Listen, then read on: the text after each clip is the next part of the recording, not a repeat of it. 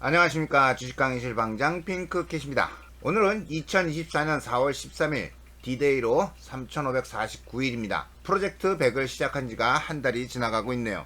오늘 방송은 지난 일주일간을 돌아보면서 간단 정리도 좀 해보고요. 그동안 고민했던 목표가 수정에 대한 잠정 결론을 한번 내려볼까 합니다. 먼저 원화 대용 지정입니다. 단어가 좀 어려운데요. 이거는 원화를 달러로 환전하지 않고도 달러처럼 쓸 수 있는 기능입니다.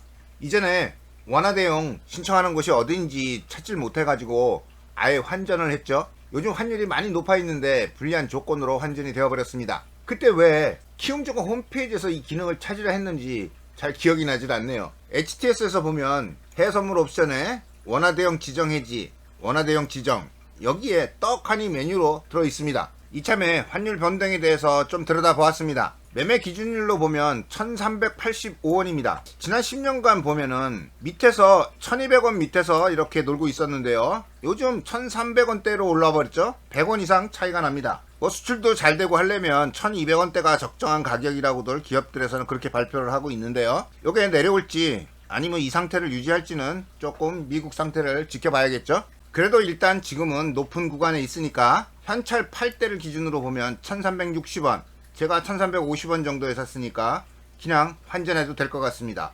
어떤 지수보다도 어렵다는 외환거래이기 때문에 말할 수는 없고요. 당분간 그냥 원화 대용으로 사용하도록 하겠습니다. 이게 입출금에도 많이 편리합니다. 다음은 경제지표 발표입니다. 며칠 전 매매하다 보니까 갑자기 지수가 요동을 치더라고요. 왜 그런가 보니까 경제지표를 발표하는 시간대였어요. 제가 이 부분에 대해서 약간 소홀한데요. 경제지표에 대한 것을 참고는 하고 있지만 그 시간대까지 정확하게 기억하면서 그 시간대에 어떻게 움직이는지 주위에서 관찰하지 않는, 시간을 망각하는 습관이 있습니다. 그래서 이참에 경제지표 발표 시간에 맞춰서 AI 시황이 미리미리 알려주지 않도록 해주려고 합니다. 지나간 발표지만 한번 들어보시죠. 경제 지표 발표가 있습니다. 미시간 대학 소비자 심리지수 종합 보고서 발표가 예정되어 있습니다. 미시간 대학 소비자 심리지수는 현재 및 향후 경제 상황을 상대적 수준으로 평가합니다. 이 데이터는 두 가지 버전이 있으며 2주 간격으로 예비치와 수정치로 나뉘어 발표됩니다. 예비 데이터가 더 큰 영향력을 가지는 편입니다. 이 데이터는 약 500명의 소비자 대상 설문조사를 통해 산출합니다. 실제 수치가 예상치보다 높은 경우 미달러화 가치 및 전망이 긍정적이라는 뜻이며 낮은 경우 부정적임을 의미합니다. 멘트가 상당히 길지만 이건 다음 신호가 나오면 자동으로 나레이션은 끊어집니다. 설명을 붙인 이유는 관심을 좀 갖자는 건데요. 이 경제지표 무지하게 어렵습니다. 학자들도 맨날 틀리는걸요. 제가 무슨 재주로 이것을 공부하겠습니까? 많은 시간이라도 잊지 말자고 한번 넣어보았습니다. 지난번과 달리 지표와 지표명들 싹 다 줄여버렸죠. 현재봉을 기준으로 조그맣게 만들어서 모니터 한쪽 구석에 놓는다든가 혹은 아예 내려놓더라도 24시간 AI가 시황을 읽어줍니다. 다음 이야기는 전자책에 관한 이야기입니다. 카페 학습 내용을 정리해서 업그레이드한 형태로 발표하고 싶다는 구상을 했었는데요. 어떻게 방향을 잡아갈까 하고 궁리를 하다가 그나마 현실성 있는 전자책 쪽으로 기울어지고 있습니다.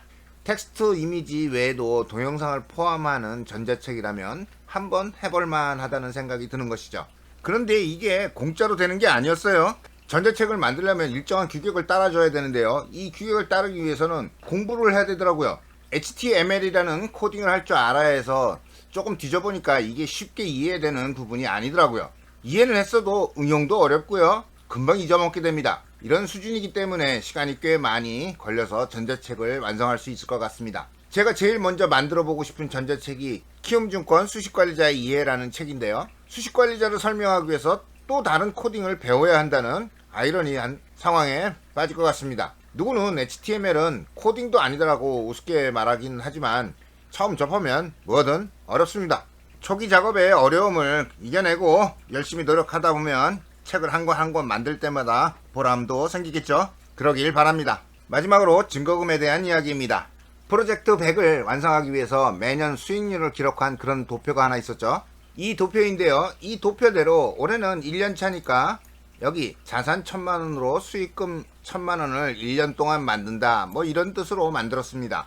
이 조건으로 매매를 시작해 보았는데요. 매매를 시작하자마자 바로 문제에 부딪혔죠. 평소에는 3단계나 4단계 정도의 매매를 하는 것이 일상이었는데요. 이렇게 계획을 만들고 나서 1단계로 매매를 하다 보니까 레벨을 낮추는 것이 오히려 더 어렵고 실수가 나오더라고요. 규칙을 따르니까 문제가 발생한다. 이건 규칙이 잘못됐을 수 있죠. 그래서 어디부터 잘못됐는지 재확인을 좀 해봤는데요. 목표 금액이나 뭐 기간이나 뭐 이런 게 문제가 있나? 라고 하다가 결국은 이런 결론을 내리게 됐습니다. 레벨을 낮추는 것 자체에 문제가 있다. 이건 대학생이 초등학교에 재입한 거 같은 거 아니냐. 열심히 살아보겠다고 시간 되돌려서 군대에 재입대를 한다. 뭐 이런 얘기 같더라고요. 일이라는 것이, 진행이라는 것이 물 흐르듯이 자연스럽게 진행해야지 억지로 꿰어 맞추는 건 아니다. 뭐 이런 결론을 내린 것이죠. 그렇다고 해서 이 도표 자체를 부정하는 건 아닙니다. 너무 규정에 얽매이지 않게 자연스럽게 진행 과정을 만들어 나가야 된다. 뭐 이렇게 결론을 내린 것이죠. 수정된 계획은요, 1년차, 2년차 이 기간을 하나로 묶어버리는 겁니다. 자산도 수익금도 다 묶어버리는 거죠. 일일 수익금도 자동으로 묶여지게 됩니다. 여기서 묶이지 않는 거는 연도입니다. 2024년, 2025년 2년 동안의 기간이 있는데요. 이거는 여유를 두고 묶지 않고 그냥 가겠습니다. 빨라지면 빨라지는 대로, 늦어지면 늦어지는 대로 연도를 유지해 나가도록 하겠습니다. 큰 실수만 일어나지 않는다면 2년보다는 짧아질 것으로 보고 있습니다. 자, 이렇게 일주일을 돌아 이제 편집까지 마쳤습니다. 오늘 방송은 여기까지 하겠습니다. 주말 편하게 쉬시고요. 다음 주에 뵙겠습니다. 안녕히 계십시오.